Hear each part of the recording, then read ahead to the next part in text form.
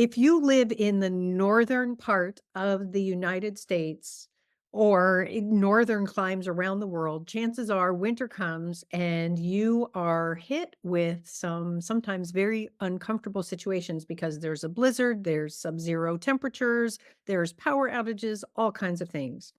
Here in the US, as I'm recording this today, there are some very significant weather challenges for those who live up north.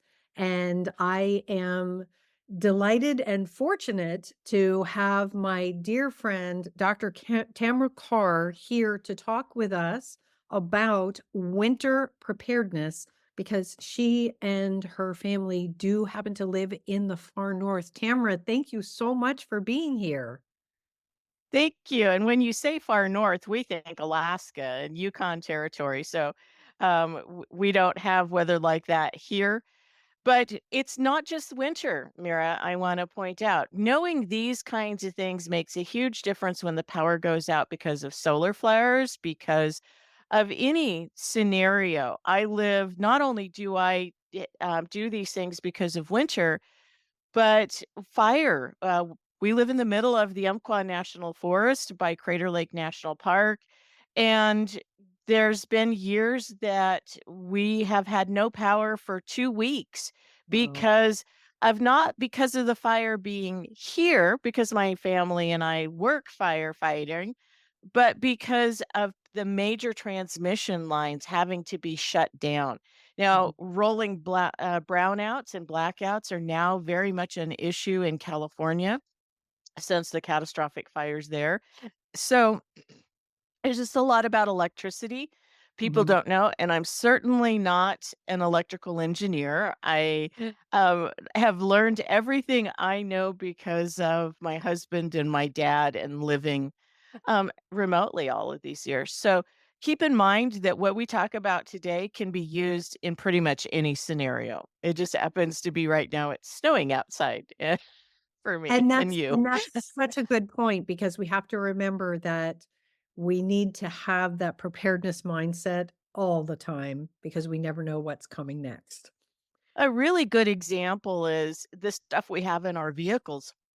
We've had multiple occasions where people have been stuck on a freeway Mhm. for quite some time while an accident is being cleared away.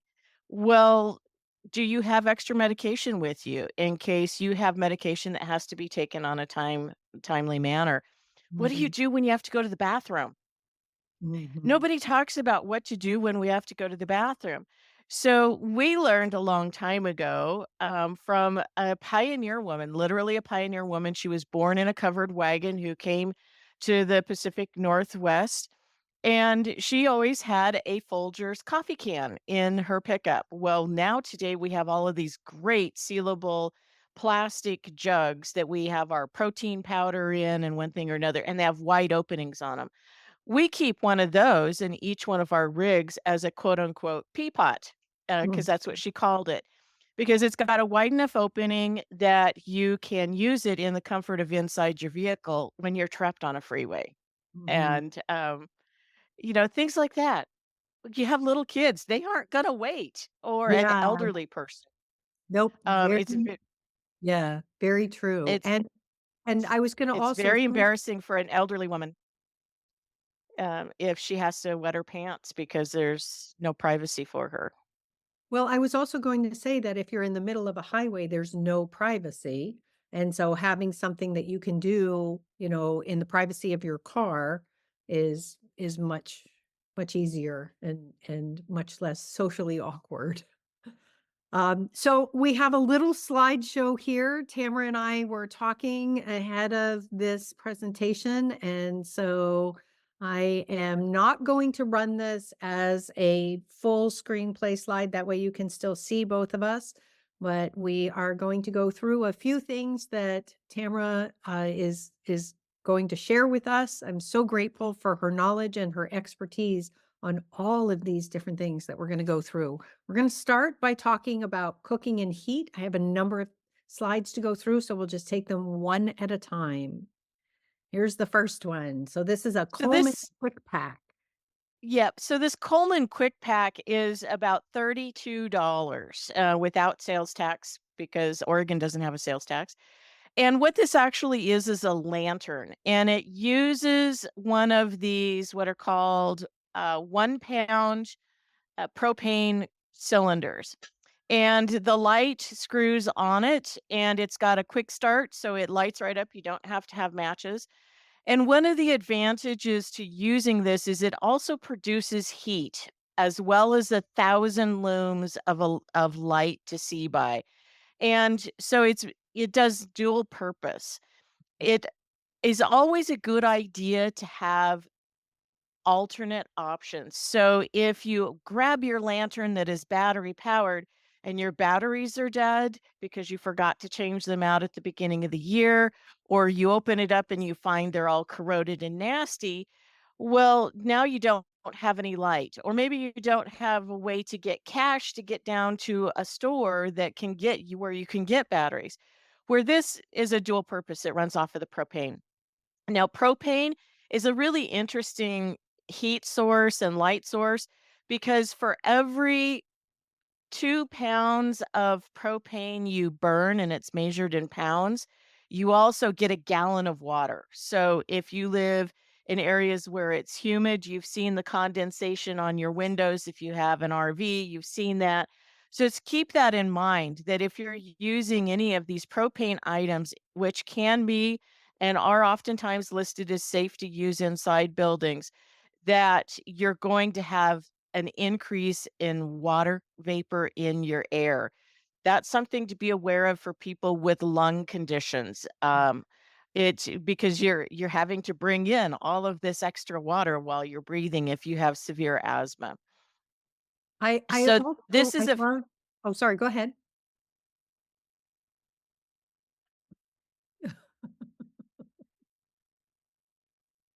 Okay, and these things also produce carbon monoxide, so you're gonna wanna keep a window open. So this is what the top of that lantern looks like out of the box that screws onto the, um, the cylinder. So we have kibitzing from the background, by the way. I don't need any of this down here. Well, I was going to say, and The I'm so expert is here. yeah. I was going to say, and I'm so glad that you mentioned the indoor-outdoor capability. There are certain things that should not be used indoors. For example, your huge outdoor 5-gallon propane tank grill should not be hauled into the living room to be used in an emergency situation.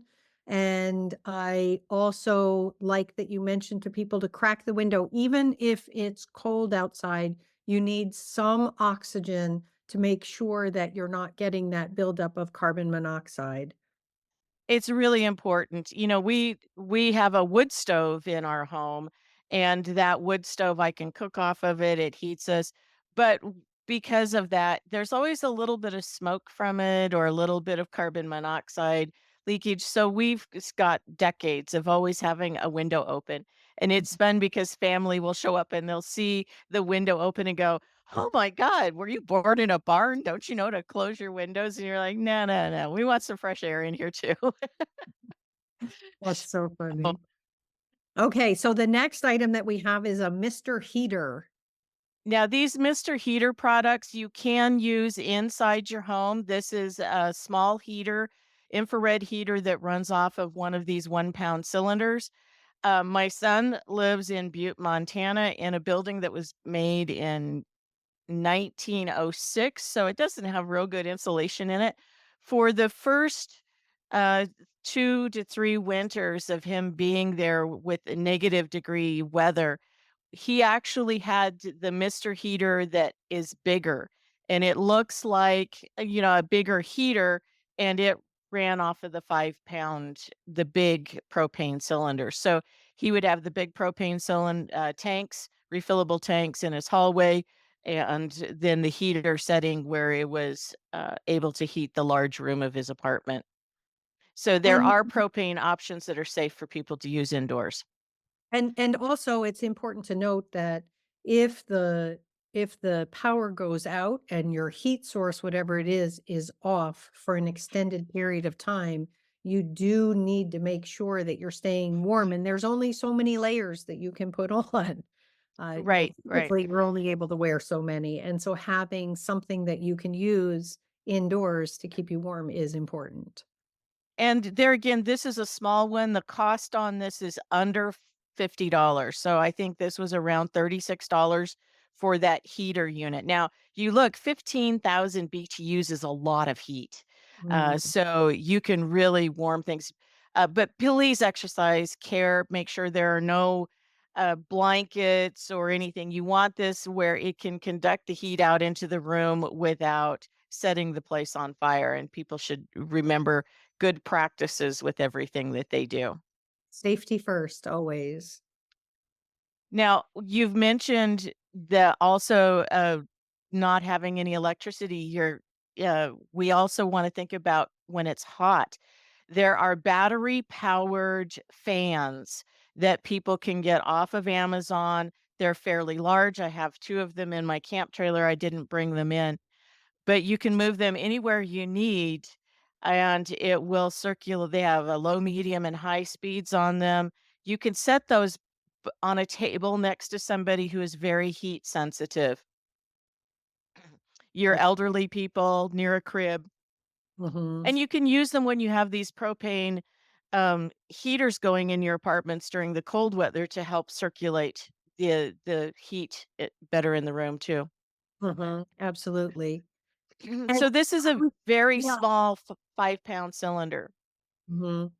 And I was gonna ask you, can we please talk about the different sizes of cylinders? Because I think people, this is something that most people see and they go, "Oh yeah, I use that on my grill." And they don't realize that these things come all the way from, I think, a half a pound is the smallest, all the way up to when we lived in the Northeast, we had a 50-gallon one, 50-pound one, Right, right. so So we when we talk about cylinders, these are a 1 pound. Find my camera here. 1 pound cylinder. These are not refillable. Now you can get gizmos and gadgets that supposedly refill them, but you're technically not supposed to. These can be carried around in your vehicles. They don't, they're very safe to travel with. They're not like butane and liquid gas that can potentially leak or create fumes. So, this is the smallest you can get of propane. Then this 5-pound cylinder that you see in the box, it's not very big. It's only about this tall. It's very easy for somebody who has lifting restrictions to carry. That means its total weight, cylinder and filled with propane, weighs 5 pounds. Mhm. And this one can be refilled. So for anybody, I mean, this is so convenient. We have two of these small ones that we use when we're going to run over to the coast and we want to be able to cook multiple meals, or we're at a campground and folks are coming together, and we can have these small cylinders because they're much less expensive than the individual propane ones are. Yeah, definitely, and And that's so the most common one people are familiar with is a bigger one. It's a 20-gallon, Mhm, and so that or 20-pound, that means it weighs 20 pounds to lift it up. And then mhm. we have 2 30-pounders that are on the front of camp trailer. So people are familiar with the 20 pounds and 30 pounds on camp trailers, and that's usually what they get for their barbecues.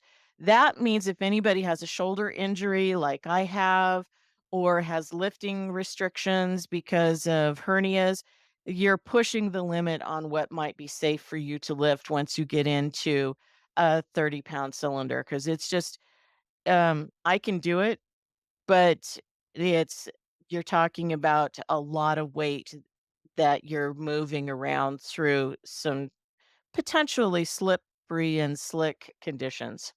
Sure, and the other thing that I wanted to mention for people is whatever size cylinder you need for whatever devices you have, it's always a good idea to make sure that you have a backup. because you don't wanna run out. So you have to figure out what is your usage term and then how many backups do you need. The smaller ones, like, I think you can buy those in like a 4-pack or a 6-pack, so it's pretty easy to have a whole bunch of those on hand. Once you start getting into larger ones, having a backup means simply having another one so that when you run out, you can, you know, reconnect and make sure that you still have the propane that you need for whatever Right. device you're hooking to it. So the price of propane has really gone up. These cylinders used to be $9 for 2 of them just 5 years ago. Mhm. Now they are 17 to $18 for 2 of them. So it doesn't take long before you've paid for a 5-pound tank that you can just take down and get refilled. The other reason tanks will fail on you is the valves. So the old, depending on how much use you could have a tank that's clear full and it doesn't work, and it's because the valve has gone bad on it. And you can take those to places that work with propane and they can put a new valve in it for you for less than buying a new tank. Oh, good to know. Keep that in mind. So next we have an indoor safe propane heater, a little buddy. Yep, there this is another example of the one that we showed you before. This one goes on top of a larger cylinder like you just showed. So it just Mhm. screws onto the top of that tank and keeps it elevated off of the floor.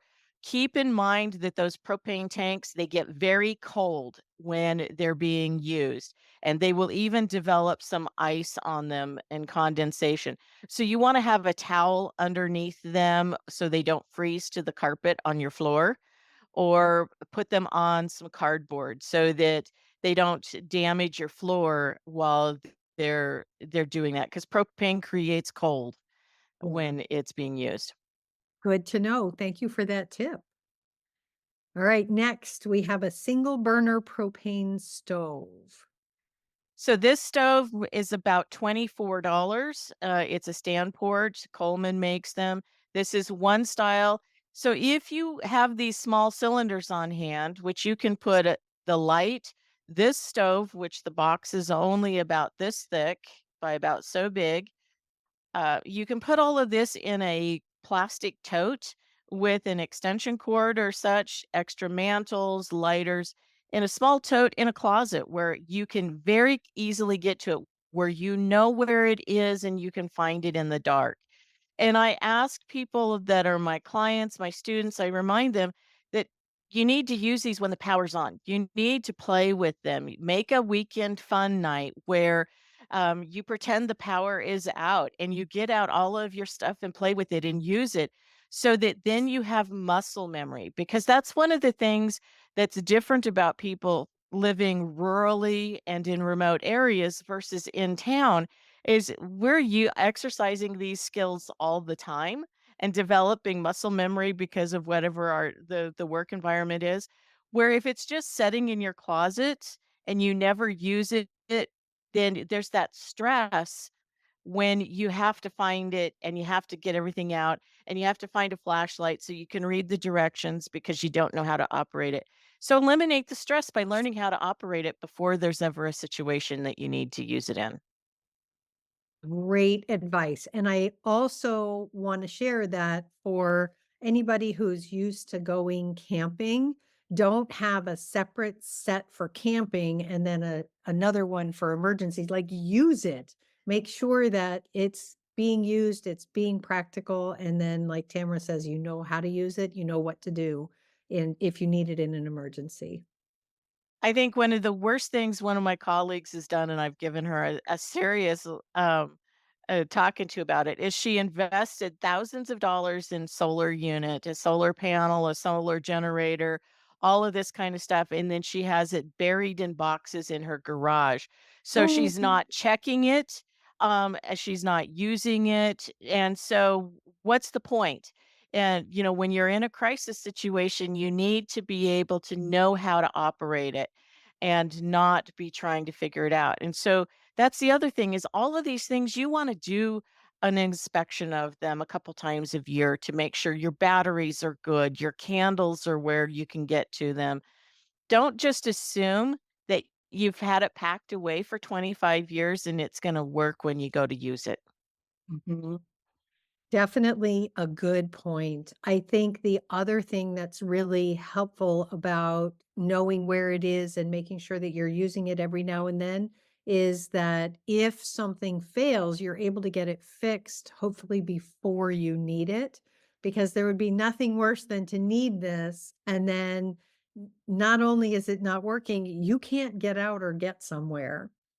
Right. And And for the, sorry, no, go ahead. that's such a that's such a good point because oftentimes when you need these things in that kind of scenario, whether it's a wildfire, a mudslide that's closed the roads, we made a town run yesterday knowing that we had another wave of weather coming in and it was likely to bring a lot of rain with it.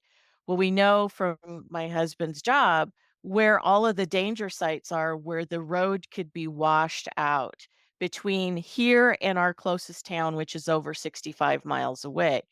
So it's keeping and we kept in mind, what do we need to have in case the road goes out? Not just if the power goes out, but if the road goes out. And that it meant going in and being having an opportunity to buy a couple of things and take these pictures for you. Well, thank you for doing that. I so appreciate it.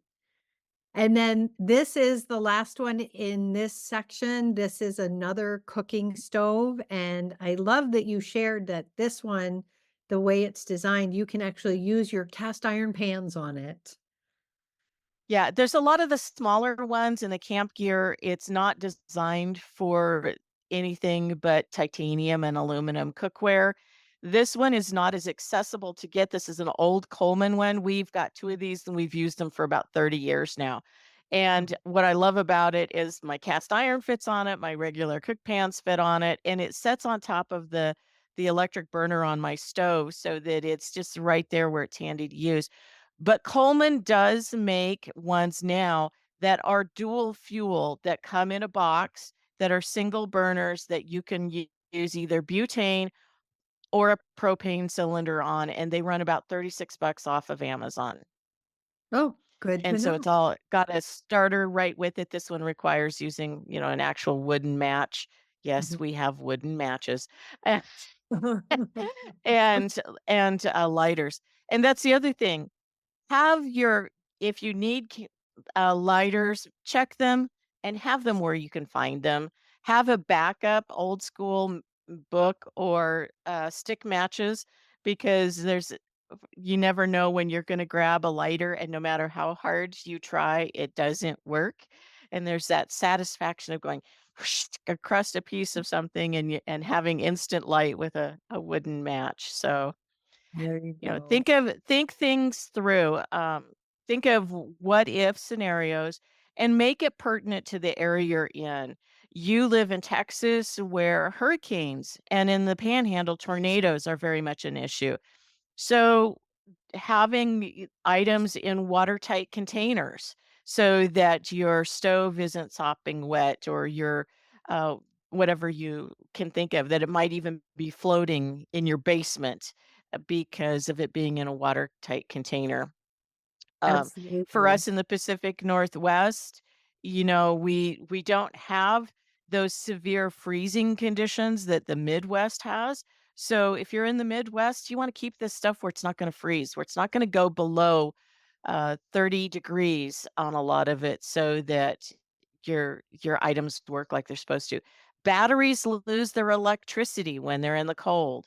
So the older a battery is and the colder it is, the likely it is that your batteries aren't going to work. This is a very important thing for your vehicles, you keep doing that to get your vehicle to start. What you're doing is draining the battery. Mhm. And so having a way to um, trickle charge your batteries or to keep them warm. Don't overtax your car batteries trying to use them like a generator. Absolutely. And I'm so glad that you talked about that because the next category that we have is power. And so the first thing that we have is a particular type of cord that will actually support connecting to a generator. Yeah, these are expensive. And this is you can get them in 25 and up to 100 to 200 feet. You see them in contractor cables. And what's important is for you to look at the 10 gauge. So when you're looking at electrical cords, 10 gauge is the most, it will conduct the most electricity. Now, think of your electricity being like water. If it has to have a place to flow, and it concentrates and it evaporates, and it are also things to think about. So if you block a stream, the water has to find some place to go. This happens with electricity. So when a major transmission line goes down, it's not just that they flip the switch and the electricity isn't working anymore. They have to figure out where that electricity is going or how to route the electricity. And it takes a lot of time for power companies to ramp down the electricity so that it's safe for the linemen to come in and work, and then to ramp it up so that you can have your electricity. So if you're running a generator, you keep that in mind that you want a power cord that's going to be able to transmit adequate electricity. So you start with a 10 gauge power cord. Then you have other power cords that I think you have one more slide with more power cords on I it, maybe do, for me. actually, yeah, this next one right here. Yeah, so here's a selection. So you see that we have 12 gauge, that's your next biggest power cord after the 10 gauge. So that's what you might split off of a 10 gauge cord with, or that you run your refrigerators and your freezers off of. Mhm. Compressors on your appliances are very sensitive to brownouts, to that low electricity wattage. And what it does is it damages your compressor, and then it also damages your electronics. So if you're wanting to keep just your refrigerator and a freezer going, you want to use these 10 and 12 gauge power cords to do that from a generator. If you're looking at running your computers, higher end stuff, then you're okay with a 14 gauge, which Mhm. is a step down. Again, and those are Yeah, the considered. This one higher is the number, the lower right. the So power your consumption. typical surge protectors, like those that are power strips that are there, those are a 12 gauge. Mhm. They're considered light duty. So if you take one of these power strips and you plug your refrigerator into it and you plug your Instapot into it, in your household, your breaker is going to flip Yeah. when you're running those simultaneously. So if you're running off of a generator, you're also asking for there to be problems. And I see this happen all the time with people with travel trailers, is overloading the electrical system. So Mhm. if you're running off of a generator, you can't run everything in your house. If you're in your camp trailer, you can't run everything. It's important to know what the wattages of your appliances are. So here's an example for you. You see this electric heating pad Mhm. that is on the back of the chair. You want to know what the watts are. This is a, what did it take? I think it takes 120 watts. I can run that off of a small fish portable lithium battery. Okay. I have here on this chair an electric blanket. It's a lap blanket. Now you can get these in 12-volt, which means that they'll run off of the the same kind of electricity that's in your car. You can plug them into your car. You can use them off of small inverters. This one plugs into a regular household outlet, and I can run it off of this bigger personal generator that's at the bottom underneath the clock and the little fish. So the flash fish, these run about $200 off of Amazon. They're very lightweight, easy. I can recharge my very large battery on my computer twice from that. I can do two computers off of it. I can run a table lamp like is running over my computer right now off of this.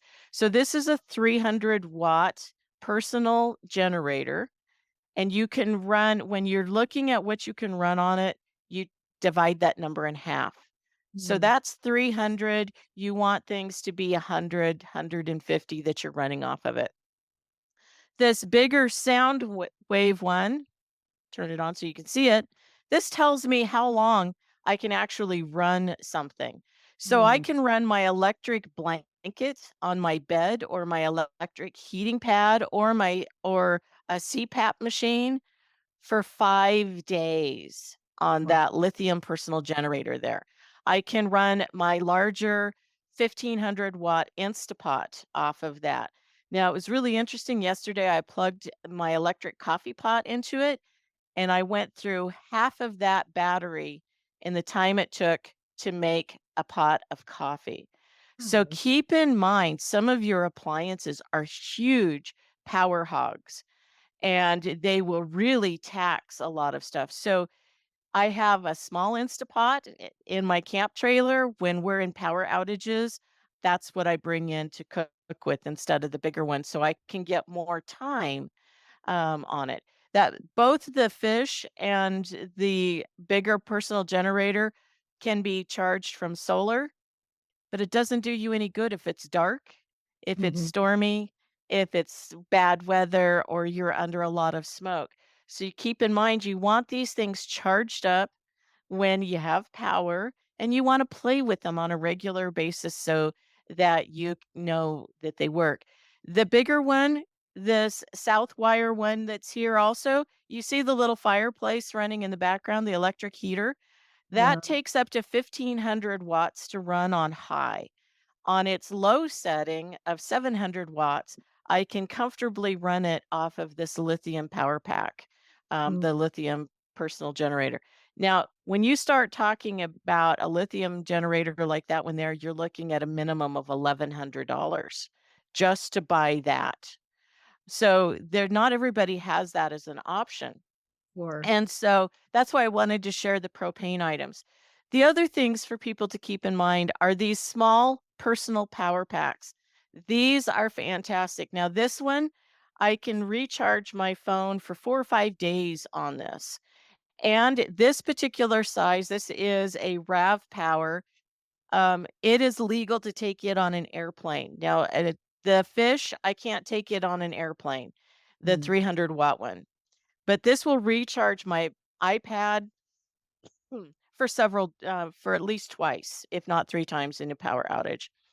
And there's smaller ones that are lighter weight. There again, I can comfortably recharge my phone a couple of times with one of these.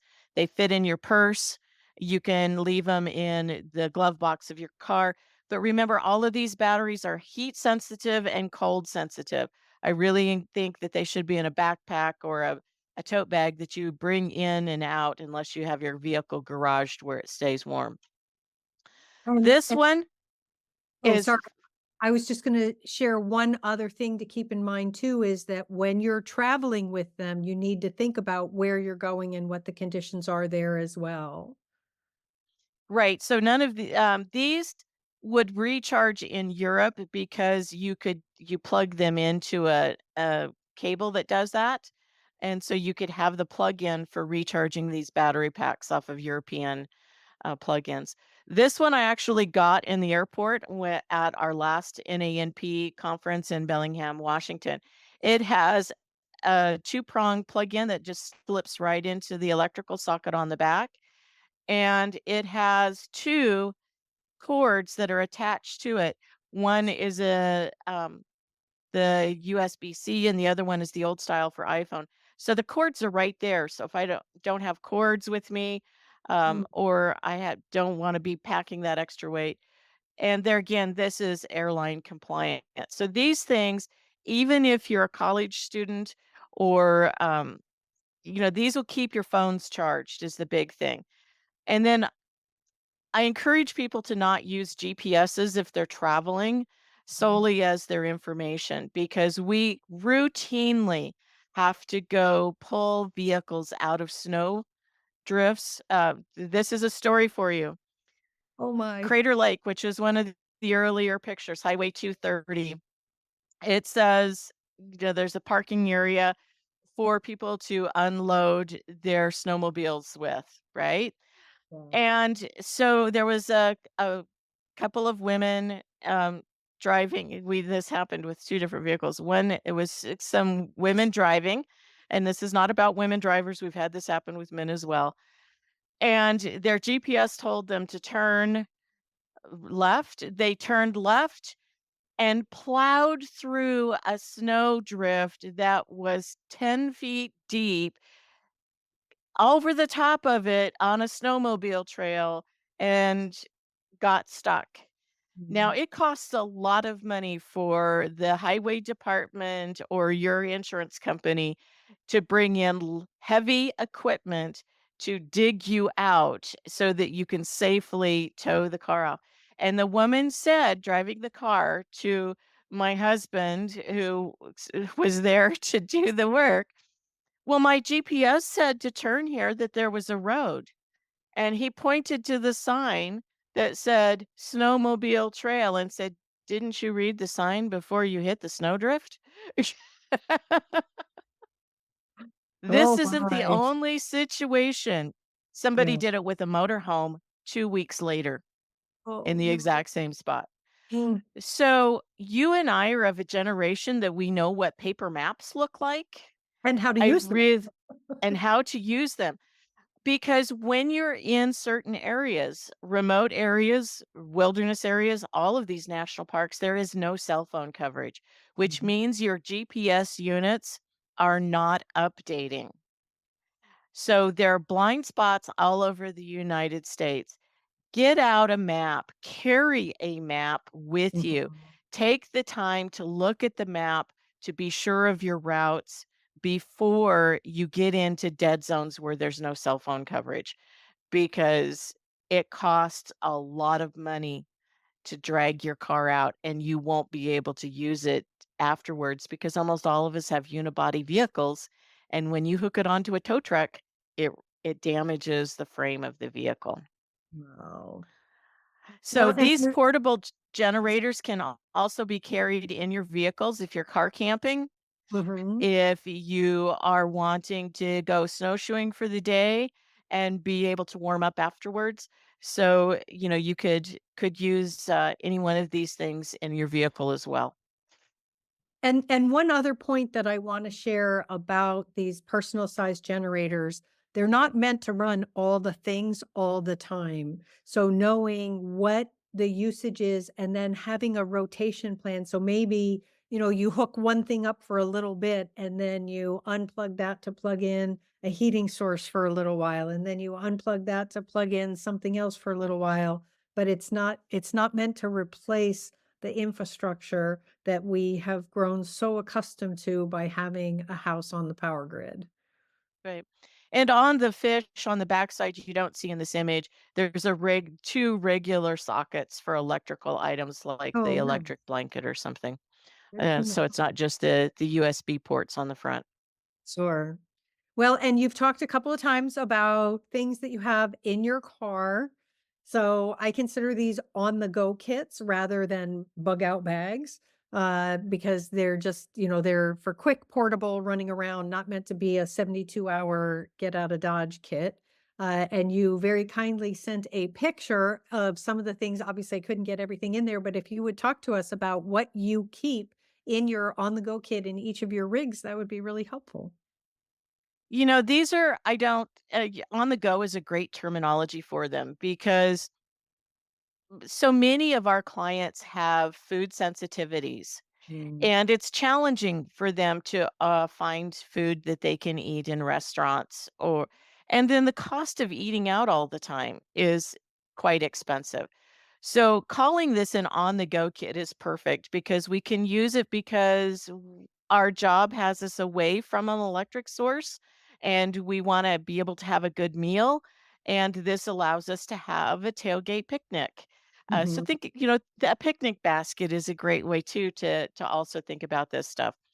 So what you see in the background is a jet boil. This is the very basic jet boil. That is a cup that attaches to a liquid gas cylinder, which is beside it setting down low. And so it snaps onto the liquid gas cylinder. You can put a personal size box of soup in it. You can put water in it. And as it heats, those white stripes on the side of the jet boil turn bright orange so that you have a visual indicator of the food being hot as well. These are used by fire crews, the wildland fire crews. These are used by backpackers. They're very convenient and they heat stuff very, very fast. And so I can have a cup of coffee or a cup of tea in about 30 seconds with one of these white gas jet boils. And you can heat up all kinds of stuff in them. They have their own starter on them, but we carry an extra lighter with us because those starters are notorious for going out. So that's how we have hot stuff. We keep a gallon of water in our vehicle all the time in a BPA free container. We take tea with us. We have instant coffee in that packet, instant creamer in that packet. Gluten-free oatmeal. These packages of gluten-free oatmeal, that's actually the bowl as well. So you open it up and pop it out into a bowl. You pour the hot water out of your jet boil in it, and you stir it with your spoons that you carry in your go bag, and you have oatmeal that you can have for breakfast while you're waiting for your next appointment or something. Sardines, canned fish, canned chicken, canned pulled pork from clean sources or something that are very stable to keep in your go bags. Liquid broth, there is the chicken broth in the back that's dehydrated and it's just a little packet like the coffee and the tea and that you can have bone broth in just a few moments to eat. This is a cooler I bought, an inexpensive cooler that all of this and more fits into. And the reason I put everything in a cooler is because it adds an extra layer of insulation during the winter to make sure that these things aren't being heat damaged. Mm. Also in the summertime to make sure they're not being damaged. So that just add that little extra can protection from the elements. And it's a color that's easy to spot behind the seat in my pickup. So I have a four-wheel drive pickup that I drive as my personal vehicle because of where I live. And I want it in the cab with me where if for some reason I can't get out of my pickup, or we're told not to get out of our vehicles, that I can flip the seat beside me forward, grab this, move it forward, and be able to get to water and something to eat. We typically carry a chocolate bar in here and some packets of peanut butter, as well as crackers. You can carry meat bars, all kinds of stuff in it that are safe. And there is a fabulous company out of Napa, Idaho, that makes freeze-dried meals. And I think I sent it to you earlier this year, Miriam, Yes, I think you that did. or um, that is alpine, and they are clean dried gourmet meals, and so if you can have and they don't have an expiration date on them that you have to worry about like you do with canned goods. But if you have canned goods, they're affordable, we can pick them up, just make sure you're rotating them through out the year that you're using them so that you're not going past best by dates, or you put something together with freeze-dried food in it for your go bag. And one of my tips, especially if we're leaving things in a space where we don't see it very often or don't interact with it a lot, is to use a Sharpie and write the expiration date on the front in big black numbers. And then that way, if you look at it, it's like, oh, that's getting close. Maybe we bring that into the house and rotate something else back into the bag. Right. Uh, so, Yeah, uh, and you wanna check your gas cylinders and things like that when you're going in because there's the whole point of this is to reduce stress, yes. and if you've got it all with you and you know it's in working order or it's in edible order, then, you just have eliminated a whole bunch of stress about that road trip from Southern California to Seattle, Washington at Thanksgiving or Christmas on I-5, or from Houston to wherever that you On might be I-10, driving. right, going the other way, Yeah, yeah. going across. Yeah, no, definitely such good points. And I also, at this point, somebody who's watching or listening to this is probably going, man, that's a lot of stuff. It's not that you have to do all of this at once. It's simply meant to give you the information about things that you can do to build a more preparedness plan, and you do it a little bit at a time. As you have a little bit of money, it's like, oh, you know what? Let's figure out what our electrical cord situation is. Let's figure out what our heat situation is. Let's build a to go bag. A little bit at a time, you begin to do that. And I promise you, 3 months, 6 months, a year down the road, you'll be astonished at what you can accomplish just a little bit at a time. I've been building up this stuff for about 5 years, 10 years now. And 2019, the folks that work in the local power area where I'm at told me that we should be anticipating having our power out more because Mm, of lawsuits over one thing or another, and how centralization has affected things. We used to have complete power crews here where we're at. We have 10 generators. We produce enough electricity off of this area where I'm at for the city of San Francisco. And all of that power pretty much goes to California. And so they were always able to isolate one of the generators so that we always had electricity. We rarely had electrical outlets.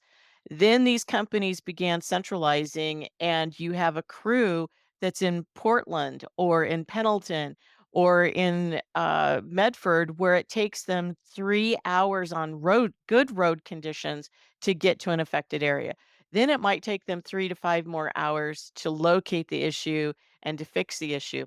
This is happening all across America where local responses are hugely affected by centralization now. yeah. And these people are putting their lives on the line to locate problem areas and fix them for us in conditions that we don't go out in. And so it's in our best interest to give them a break and have some preparedness on our own part too. And I also really like that, you're sharing that because it just highlights something that I say all the time, which is the best time to plan for an emergency is before there is one.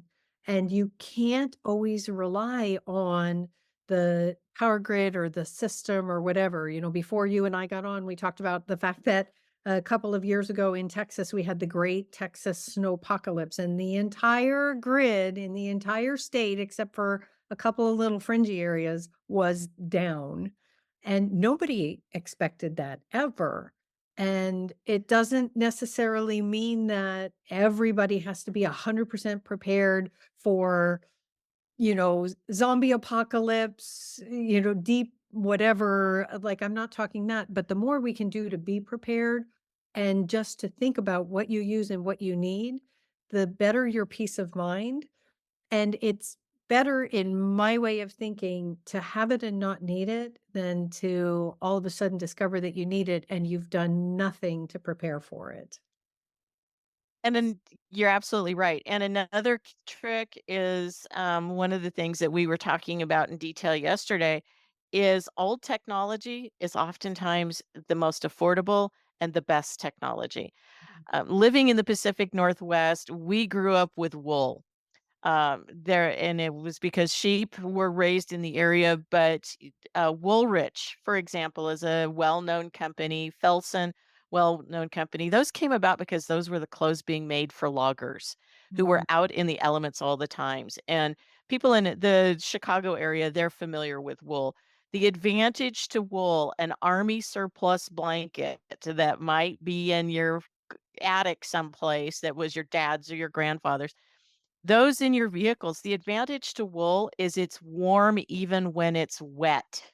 mhm. And so you can, for somebody who's been in a car accident, who's shocky, have putting them in a wool blanket if they're on the wet ground is going to be help them get warmer instead of putting them into hypothermic type conditions. So you don't have to have the most expensive stuff.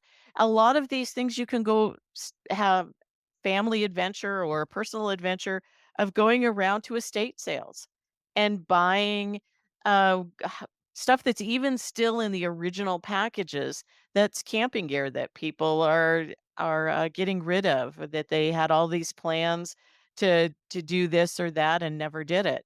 And, so don't forget that you don't have to buy new, you can buy pre-owned. You make sure it works well, you don't spend anywhere near as much money, and then if you decide it's time to move into, if you're of a certain age, and it's time for you to move into a retirement home or move in with your kids, then your kids can have the estate sale and, pass or take these things Or into better their own yet, they home could for just use. have those So, things on their own, yes, to expand their yeah. emergency preparedness Yeah. stash. So the And next one. Sorry, uh, go ahead. it's taken a it's taken about 10 years now for me to upgrade all of our electrical cords. I didn't know that my husband had been sad because he had to deal with inefficient electrical cords all of this time. We've been married 42 years. And he came back from a fire assignment and found 2 10-gauge electrical cords that I just bought. And he lit up like it was Christmas because now he had an electrical cord that was sufficient to run the skill saw with. When I say, honey, I want this made instead, now he had an electrical cord that was adequate to do it. That's so funny. So, yes, again, reuse or keep using. Don't just stuff it in a closet. So for So miscellaneous, there were 2 things that did come up in our conversation afterwards. And so one you referred to a moment ago, so I definitely want to talk about this, is a 1-gallon container, and then the other is a lightweight down blanket. Now, for the 1-gallon container, I would love for you to share what you talked about before you and I got started, because when you said 1-gallon container, and you didn't share a picture, I didn't know what you wanted, so I went and found a stainless steel 1-gallon water container, and you shared a very good reason why stainless steel is maybe not always the best option. ice free or water freezes. Mhm. And so I went with, because I live in an area where in my vehicles during the night, my son lives in an area where, like I mentioned, right now it's 33 below with the wind chill factor. So in these areas, anything in your car is going to freeze that's left out in, not in a heated garage. And so you want to have a container that is not going to break when that water expands in the container, or you make sure that there's always plenty of headroom in the Mhm. container to allow for it. But we stopped in Jackson Hole coming back from a road trip, and they wanted us to leave our dog in the vehicle. And I was adamant, no, we weren't going to do that. Absolutely not. This was winter. It was December, middle of December. My husband went out to the car the next morning, opened the cooler, and this was inside the vehicle, opened the cooler, grabbed a grapefruit, and it was cold, really cold enough that it made that he dropped it. It was so cold, and it shattered on the asphalt. Oh, So, you don't want your pets, if they're used to being inside all the time, you don't wanna leave them out in a car in that kind of environment, and you wanna keep in mind that in the winter conditions, things get really cold and can freeze in them. sure. Equally in the summertime, these things develop a lot of heat, and the reason for the BPA free, which you and I know that BPA free does not guarantee you're not getting plastic toxicity. In the summertime, I would use a stainless steel container for water like you have here with a BPA free lid, because as the water heats inside a vehicle where it could easily be 150, 180 degrees inside a vehicle setting in a parking lot while you're at work, that water is not going to be picking up any of the PFA toxins that are Right, present in the plastic. the And nanomolecule. so you end up with, either getting one jug that you know that you could get plastic toxicity off of in hot weather, or you have 2 jugs that you use. Sure. And the blanket is also, especially if you live in an area where you have the potential to run into bad weather or cold weather, you wanna make sure that you just have another layer with you. And so this is a lightweight camping blanket that is down filled, so it's going to insulate better than like polyfill or some of the other non-natural materials. The natural materials are always the best choice. And now there are people who have very firm beliefs about animals, and I'm not going to get into that discussion. But we've been using natural fibers since the beginning of time. They are now finding from polar fleece jackets like I have on now. You are not allowed to go into national park cave systems be with a polar fleece on. They make you take it off because of the microplastic fibers that come off of this are destroying the caves. So you're looking at these very delicate environmental systems. They are damaging bat populations. So I know not everybody's hit in the head by bats, but and then the research came out here within the last month, Mira, that shows microplastic fibers from these kinds of things that are all around us in our environment in the placenta, Mm. in the placenta walls. They find it in breast milk and they're finding it in brain tissue. So we're never going to get away from plastic. Plastic is everywhere. We're talking on computers that are utilize plastic, but the natural fibers are much safer for our environment. They're something that we can transition into, just like glass and stainless steel and cast iron in our homes. And they also are more efficient at the job. You know, a down has been used forever because of its insulating properties to keep people warm. You can use these. I've had elderly family members. They're always cold. It doesn't matter if it's 100 degrees outside. They're too cold because of the air conditioning blowing on them. This is easy for me to pop out of its sack, tuck them around on their legs so that they're not cold in the passenger seat when they're traveling with us. And the rest of us aren't stripped down to our underwear, trying to keep from dying of heat exhaustion. That is So, such a great point. I never would have thought of that, but, thank you for sharing that. That's so right. You know, it's like these lap blankets like this one here that has a you can get these in 12-volt to run in your vehicles. We yeah. have an Australian Shepherd. She is hot at 40 degrees, Mm, dying because of her fur coat. When we're driving in the vehicle, she wants the window down all the time. So I've started carrying one of these in the rig with us so that when I'm in the passenger seat not driving, I can have the window cracked for my dog. She's very happy, and yeah. I can keep from freezing to death. Aw, that's so funny. And so we've been talking a lot about cold and winter and snow and weather. And so I just want to assure everyone who's watching this that although you may be dealing with some extreme weather at the moment, you and your family are cozy, safe, and warm. And I love this picture of your house, just, chilling, relaxing, and warm. And you can see that, it is being run off of our generator. There's the electrical cords right now running my air filter and the floor lamp, and then our wood stove. Know with wood stoves, if you're thinking about putting a wood stove in, that if it is a pellet stove, it needs electricity to work. Mm, So old school wood stoves, there again, old technology oftentimes is best. This allows me to cook on it in a pinch for many years. I would have a kettle of soup on it, mhm. heating when the power went out.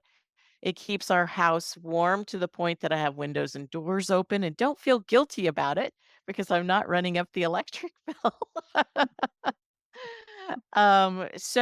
Think about those things that are alternates. If you have a fireplace in your home, that you really enjoy, do you have dry firewood Mhm. that's available to use? If you are thinking about putting in a wood stove, what kind of wood stove is going to do dual purpose for you that does not require electricity? And many folks have gas. And it's not when the power goes out, the problem isn't that they don't have heat, it's that they don't have electricity to power the fan. And so look at that's when you would look at a small generator. You can get them off of Amazon for as low as $400 that can be wired in to run the fan on your furnace so that your home is warm if you have gas heat. Definitely. Well, Tamara, I'm going to stop sharing here. This has just been amazing. You've shared so much wonderful information. And I love that you started by pointing out that a lot of what you're talking about here, it's not just for winter. We happen to be talking about it because it's winter right now and you're dealing with some winter weather. But really, many of these things apply throughout the year if you need some sort of temperature regulation, light, cooking, power, whatever, cooling, any of that, cooling, heating. So thank you for sharing your wisdom with us and walking us through a lot of different things that we can do in order to work on building a preparedness plan so we can take care of ourselves and those we love.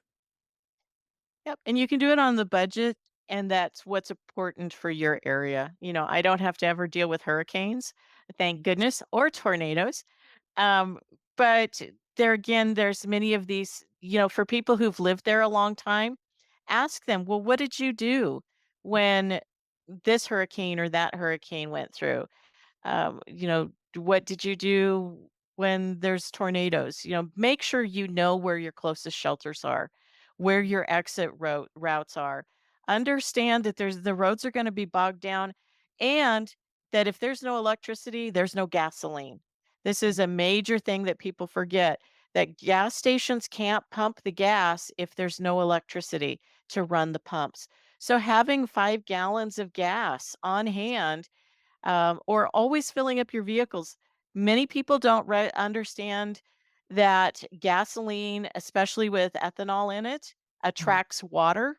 Mhm. And if your gas tanks are only half full, there's an opportunity for condensation to occur in your gas tanks and you to get water in your gas, which then affects whether or not you can start your vehicle.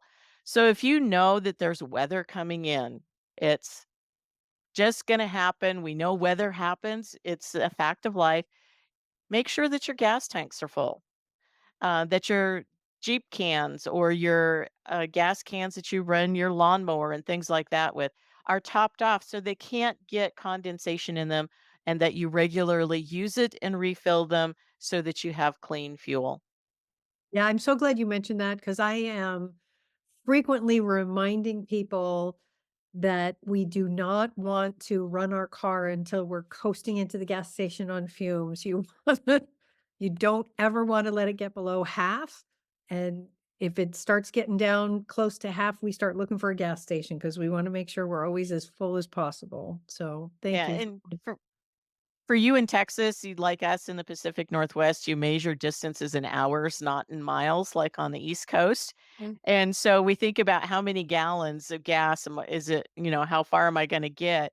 Know what your distance is on your vehicle so that if you are in one of those scenarios where it takes you longer to get someplace than you thought, you know how much fuel your vehicle really has to have to run on. Because new vehicles with their electronic systems in them, you can't jump them and you can't coast them to start them like you could vehicles that we grew up with in the 60s and 70s. Mhm. So they're much more finicky. Very cool. Well, Tam, thank you so much. It was really great to talk with you. And for everybody who is watching, please check the notes down below. I will have a link to where you can get the transcript for this. And I will have a list of all the things that we talked about. And I'm really glad that you watched this, that you are here, and that you are looking at building a preparedness plan for yourself and your family. Thanks so much. And remember to stay safe, folks. Bye bye.